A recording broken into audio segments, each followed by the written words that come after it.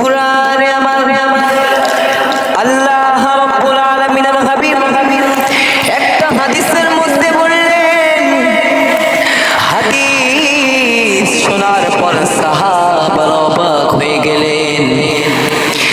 আল্লাহর হাবিব বললেন, ওয়াদিতু লাউ রাআইনা ইখওয়ানানা,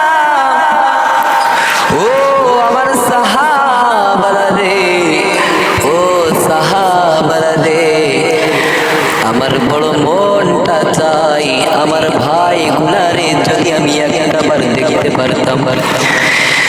সাহাবারা অবাক হয়ে আরজ করলেন, ইয়া রাসূলুল্লাহ, ইয়া নাসকা ইখওয়ানুকা, ইয়া রাসূলুল্লাহ, ইয়া হাবিবাল্লাহ, আমরা কি আপনার ভাই নয়? আমরা কি আপনার ভাই নয়?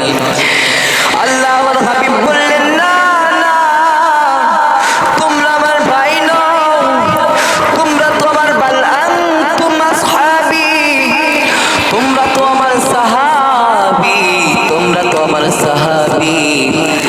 আমার ভাই তো হবে তারা যে ভাইগুলার জন্য আমি মুহাম্মদ আমার মনটা বড় কাঁদে। ও সাহাবারা রে, আমার ওই ভাইগুলারে যদি আমি মুহাম্মদ একটা বার দেখতে পারতাম, আমি মুহাম্মদ আমার জীবনটা বড় ধন্য হয়ে যেত।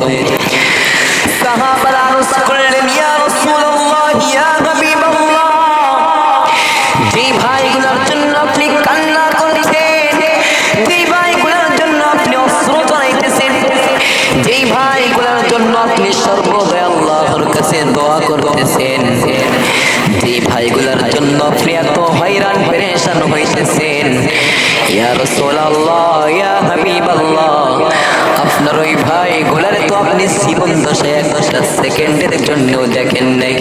ইয়া রাসূলুল্লাহ,